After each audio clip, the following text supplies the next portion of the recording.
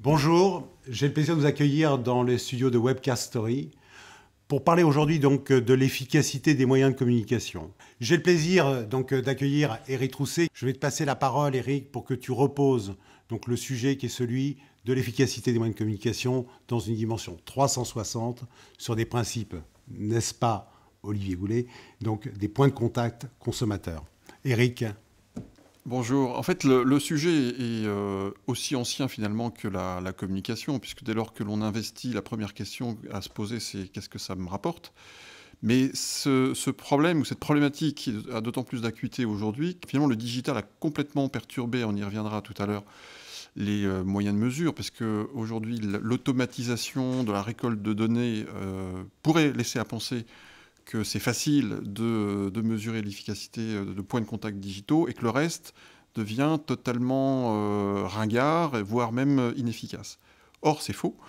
Quand on se place d'un point de vue consommateur, force est de constater que finalement, un catalogue papier fait encore venir du monde en magasin, qu'un spot télé peut être aussi générateur d'achats. Et pour ne pas citer les autres médias qui ont aussi leur contribution dans l'efficacité. Et cette problématique, elle est importante parce que ça représente quelques dizaines de milliards d'euros quand même investis par les annonceurs chaque année, et souvent avec pas forcément les bonnes questions, parce qu'il n'existe pas une efficacité. L'efficacité va dépendre finalement des objectifs que l'annonceur va se fixer au préalable. Je vais juste citer un exemple, et pour être bref, un exemple qu'on a vécu chez Mediapost Publicité. Un annonceur retailer qui nous dit « le prospectus marche de moins en moins bien. Ça draine moins de monde en magasin. » Bon. Donc je vais en faire moins. Donc c'est vrai que c'est facile d'accuser le canal de tous les maux quand ça marche moins bien. Puis finalement, en creusant, on s'est aperçu très simplement que, certes, ça drainait moins de monde en magasin, mais ça drainait des recherches sur Google et des achats sur le site marchand du même annonceur. Donc on lui montre les résultats et on lui explique. Réponse: ah oui, mais le catalogue papier, il est financé par les points de vente, pas par la partie digitale. Voilà, c'est juste un exemple de finalement où l'annonceur, par une vision très en silo, va distordre la notion d'efficacité. C'est pas que c'est moins efficace, c'est juste qu'il faut prendre les bons indicateurs. Alors, moi, je voudrais me tourner vers Olivier. Olivier, moi, je suis frappé parce que il semblerait, tel que le dit aujourd'hui Éric, la notion d'efficacité est une notion absolument nécessaire, incontournable pour l'ensemble des grands donneurs d'ordre. Mais il me semble quand même, de la lecture qui est la nôtre, il y a un certain nombre de réticences de la part des grands donneurs d'ordre à faire une étude 360 de leurs moyens de marketing communication. Pourquoi aujourd'hui ce type d'indicateur de mesure, et pourquoi pas les solutions telles que vous les déployez, ne sont pas systématiquement appliquées par les grands donneurs d'ordre qui souhaitent, plus que jamais, faire un très bon arbitrage, deuxièmement, travailler sur le retour sur investissement, et savoir comment ils vont pratiquer leur mix média dans un environnement qui est celui de la communication, qui est de plus en plus atomisé. Alors pourquoi aujourd'hui ce n'est pas systématique? Et nous sommes aujourd'hui encore en 2014 et 2015 bientôt, et on a encore à se poser ce type de questions. Alors, l'explication tient peut-être à l'organisation en fait, du marché de la communication qui fait qu'on vit toujours à une ère de silo, que ce soit au niveau des annonceurs, leur façon d'être organisée, comme au niveau des agences, parce qu'il y a des agences spécialisées.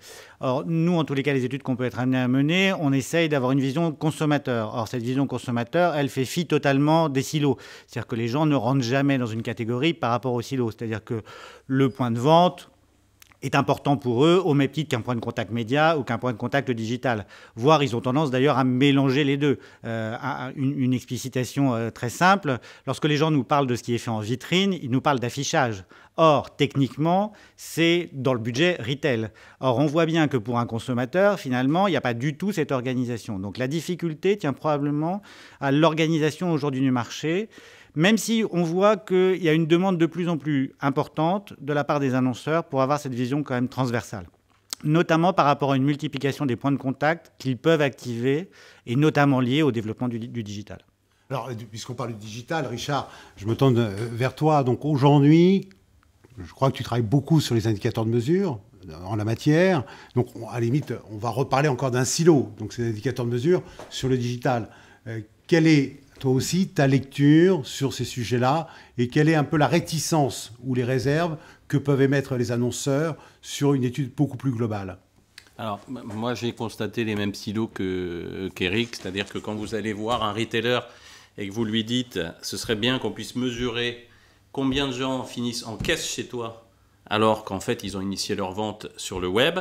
Quand c'est des réseaux de franchisés, pas question, parce que les franchisés n'ont pas envie que les budgets qu'ils vont mettre aillent contribuer au budget central. Quand ce n'est pas des franchisés, mais qu'il faut récupérer les tickets de caisse, c'est une galère, il faut faire passer la DSI, il faut modifier les choses, etc. Donc on atterrit toujours sur des espèces de modalités dégradées, type coupon de réduction, et le coupon de réduction, ça bouffe sur la marge, les franchisés n'en veulent pas. Enfin, on tourne un peu en boucle là-dedans. Ça, c'est un premier point très structurel chez les annonceurs. Le deuxième point, nous, on est une agence très orientée ROI chez Raisonnéo. Moralité, un annonceur brand, il réfléchit brand d'un côté, ROI de l'autre, la plupart du temps. Les gens qui viennent nous voir, c'est des gens qui pensent que le ROI est extrêmement important et que la contribution du fric qu'ils mettent sur la marque n'a pas beaucoup d'importance. Donc bien évidemment, ce n'est pas les très gros, les éléphants de la communication raisonnent différemment, mais c'est très lié à la péréquation de budget. C'est-à-dire que des gens qui ont un très très gros budget, un Danone qui a un très très gros budget de téléaffichage, par exemple, le web, finalement, ça commence à grossir, mais c'est tout petit. Donc on voit fleurir des tonnes de boîtes qui disent qu'elles sont en transition digitale. Moi, j'en ai une ou deux dans mes clients, elles sont sur des plans à 10 ans. Elles sont sur des plans à 10 ans. Et en attendant, il y a encore une direction digitale et une direction marketing. Et le premier indice dans ces boîtes-là d'une migration vraiment vers quelque chose d'intégré, où on mesurera de façon intégrée, c'est quand la direction marketing intègre la direction digitale. Alors après, on ne sait pas quel nom on donne à tout ça, mais la plupart du temps, ils finissent par faire un truc unique qui considère qu'il y a plein de médias, y compris le digital. Voilà. Tant que ça, c'est pas fait, les budgets sont séparés, donc les mesures sont séparées, au-delà des méthodos de mesure qui, comme l'évoquait Eric, sont souvent assez distinctes. Et pour revenir à ce que disait Olivier, lui, il compte les points de contact. Il compte les points de contact. Absolument. Et il met un budget en face. Ouais.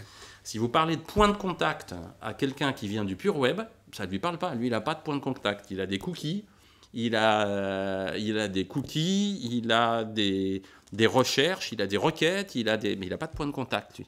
Alors que si on ramenait souvent les gens qui investissent sur du digital à une vision point de contact, ils arriveraient à comparer ce qu'ils mesurent avec ce que leur coûte un client qui vient par un courrier papier, un client qui vient par un email, un client qui vient par etc. etc. Et aujourd'hui, ce n'est pas fait parce que les cultures des gens à l'intérieur des boîtes sont différentes.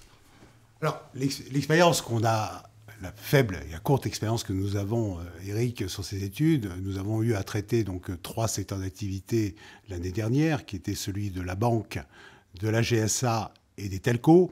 On a vu en effet des comportements donc sur l'arbitrage des moyens et l'efficacité de chacun d'entre eux, extrêmement différents selon les secteurs d'activité. Donc on est bien dans une dimension, quoi qu'il en soit, sectorielle. Peut-être peut-on un peu approfondir, et on en reparlera sur des nouveaux secteurs sur lesquels on travaille d'ailleurs, Olivier, aujourd'hui ensemble. C'est clair que le consommateur, il a, puisque tout part du consommateur, il a des besoins à satisfaire ou des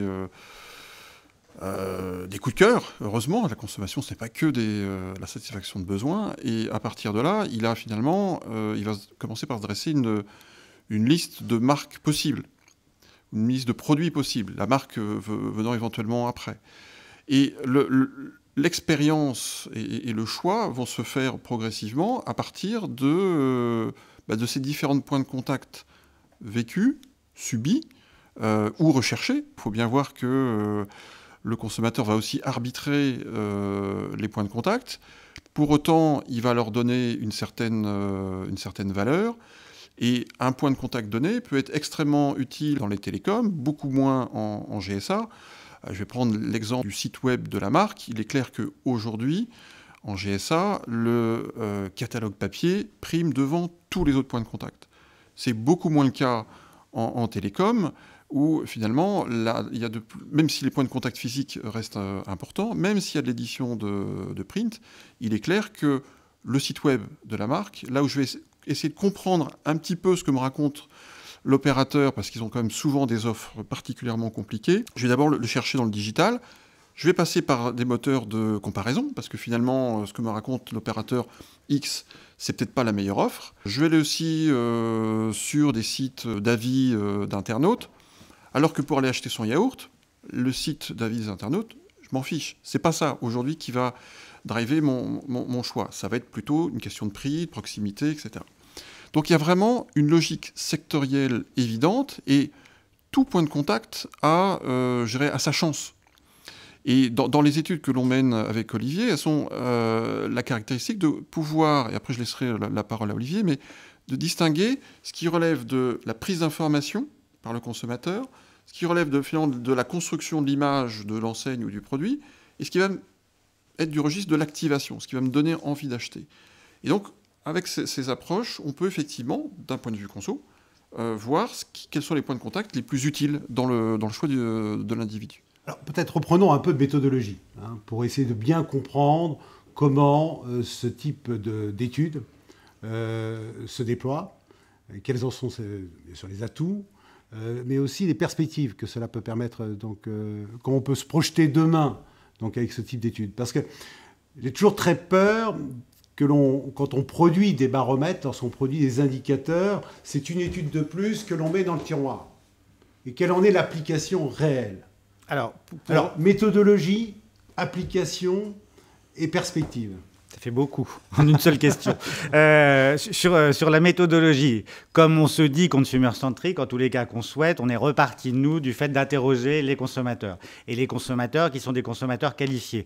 L'exemple, le dernier qu'on a fait, sur le bricolage-jardinage, on a pris des gens qui fréquentaient des enseignes, un certain nombre de listes d'enseignes, et sur lesquelles on a travaillé, sur lesquelles on leur a demandé quels étaient les points de contact qui avaient été activés, et puis pour quelles fonctions ça avait été activé. Donc on est sur des méthodologies déclaratives, qui ont leurs limites, mais qui ont au moins l'avantage de pouvoir être totalement 360, parce que c'est la moins mauvaise, je dirais, solution qu'on ait trouvée, en tous les cas, à date, pour répondre à ces problématiques.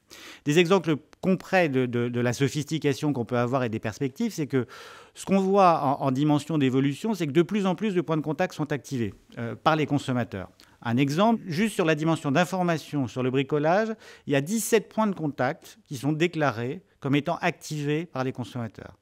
On voit bien que la sophistication des parcours d'achat devient importante. Et encore plus important, et en tous les cas intéressant pour nous, c'est que le digital a tendance à plutôt amener des contacts supplémentaires plutôt qu'à se substituer à des contacts existants. En tous les cas, c'est ce qu'on observe. Sur le bricolage, on a un exemple depuis 2 ans, donc on suit régulièrement. On voit effectivement que le nombre de contacts augmente, et il augmente pourquoi? Parce que le digital augmente. Mais il ne vient pas du tout sur la diminution, soit du catalogue, soit de l'importance de la réception en magasin ou du conseil du vendeur. Donc on voit bien effectivement une perspective qui est d'aider dans le futur, en tous les cas, à intégrer les nouvelles dimensions. Quant à la dimension purement opérationnelle, juste un exemple. On a un de nos clients qui nous a mandaté sur un secteur autre, en tous les cas qui était lié à la distribution.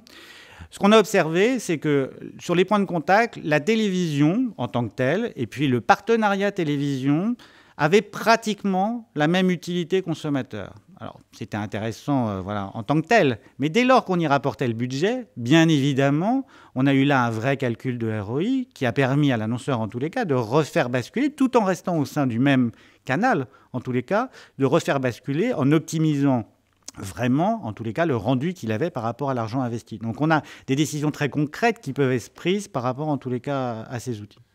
Peut-être pour essayer de bien comprendre. J'ai 17 points de contact, j'ai un budget de 100, j'arbitre mon budget sur les 17 points de contact, je mets en regard la dépense sur chacun des points de contact et j'extrapole l'efficacité de mes moyens. On peut le faire de cette façon-là. On peut aussi regarder, parce qu'il y a une dimension d'analyse des concurrents, ce que font les concurrents. Et si chez les concurrents, quelque chose que je ne fais pas moi, peut être intéressant. Alors, il faut évaluer effectivement combien le concurrent va mettre, mais on le voit bien que sur le digital, certains ont des dynamiques, par exemple, de réseaux sociaux, ou que dans l'univers du print, certains utilisent plus le prospectus ou les catalogues. C'est intéressant de constater, finalement, comment se comporte aussi son concurrent. Parce qu'il y a à la fois comment je me comporte moi-même, mais aussi il y a peut-être des choses à aller voir, c'est ce que font mes compétiteurs. Donc, Alors moi, je suis frappé dans les différentes études qu'on a eu à conduire jusqu'alors, et les dernières et les récentes que tu nous as publiées, on voit que le bouche à oreille vient toujours à peu près dans le top 10. Et je crois que c'est vieux comme la consommation, oui. C'est-à-dire qu'on le découvre aujourd'hui. Mais je dépense ça. Attends, moi, je suis un grand donneur d'ordre. Aujourd'hui, je suis sur des contraintes budgétaires de plus en plus massives. Alors, pendant un premier temps, je me suis orienté sur l'Internet, c'est pas cher, dit-on. Et puis, en fait, je constate que dans le top 10, c'est le bouche-oreille qui fonctionne. Comment j'arbitre, moi ? Je crois qu'il ne faut pas avoir l'illusion. Enfin, la gratuité est une pure illusion. C'est-à-dire que, et quel que soit le canal, même le bouche à oreille, si j'en parle, c'est que soit on m'en a parlé, alors avec tous les risques de déformation qu'on peut avoir, soit j'ai vécu une expérience, bonne ou mauvaise. Mais pour vivre une expérience, la marque a préalablement investi. Donc il n'y a pas de vraie gratuité. C'est comme la gratuité des réseaux sociaux, elle n'est pas vraiment avérée. C'est-à-dire que oui, on peut être présent tout seul sur Facebook avec sa page, mais si je ne l'anime pas, donc déjà j'ai des coûts induits parce qu'il faut poster du contenu, et je pense que Richard pourra en parler certainement mieux que moi, et puis voire même si je n'achète pas un peu d'actualité sponsorisée, ben, je risque de ne pas être vu, ou en tout cas je peux le faire, mais si mon concurrent, lui, met un peu de moyens, donc la notion de pure gratuité, je pense que c'est une pure illusion. Richard, alors deux choses. Déjà, Facebook, ils ont sonné le glas de la gratuité. Le jour où ils ont dit on va baisser un tout petit peu le reach de ce que vous publiez gratuitement et ce sera un petit peu meilleur quand vous paierez. Donc maintenant, nous, ce qu'on constate chez nos clients, c'est un reach qui se balade entre 10 et 18%. Donc déjà, quand on pense à des gens comme Nutella, ils ont accrété, je ne sais plus, la dernière fois que j'avais regardé, ils avaient déjà 10 millions de fans.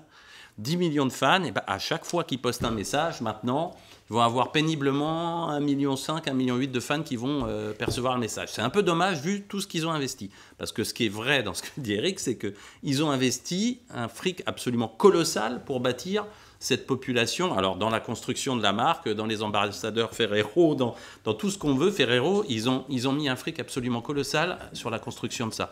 Une fois que ça s'est fait, ils ont une notoriété qu'ils ont payée comme n'importe quelle marque avec des outils classiques.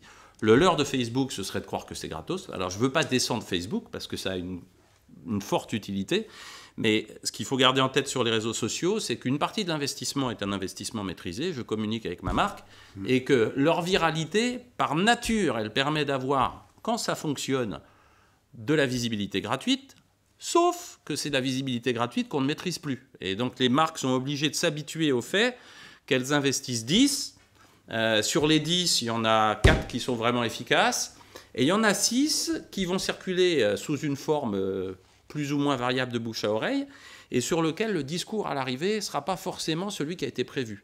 Donc je dirais presque que sur un plan économétrique, il faut concevoir qu'il y a une partie du budget qui va être utilisée sans qu'on ait une maîtrise totale dessus, ce qui est souvent extrêmement inconfortable pour les directeurs marketing. Quand Gap a décidé de changer son logo en disant aux consommateurs « on vous a écouté », on change le logo, ils ont changé toutes les PLV, tous les stores, ils ont tout changé partout. Le lendemain, les internautes ont dit « c'est bien, mais qu'est-ce que c'est vieillot, c'est pourri » et ils ont tout changé dans l'autre sens. J'ose même pas imaginer le coût financier de l'opération.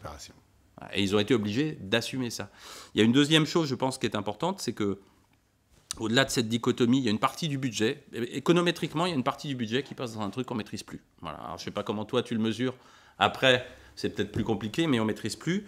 Il y a un autre point, c'est que les réseaux sociaux, il y a un monsieur qui s'appelle, je crois, Eli Pariser, qui a fait une conférence sur le TED, sur le fait qu'il paraphrasait Tim Berners-Lee en disant « la fenêtre du web est en train de se refermer ». Parce que les réseaux sociaux, c'est comme le filtrage collaboratif d'Amazon. Si j'ai acheté des disques de jazz, on va me proposer des disques de jazz. Et si je suis centré là-dessus, et qu'en plus mes potes écoutent tous du jazz, eh ben, j'écouterai plus jamais de rap. Voilà. Donc, on a tendance à se focuser, se centrer. Si c'est une marque qui a besoin de parler à des gens qui sont extrêmement centrés sur quelque chose, c'est génial. Sinon, là encore, il peut y avoir pas mal de déperditions parce qu'on se fabrique des bulles qui font une espèce de prisme. On n'utilise pas suffisamment ça, d'ailleurs. Merci Eric, merci Richard, merci Olivier. Merci. Merci.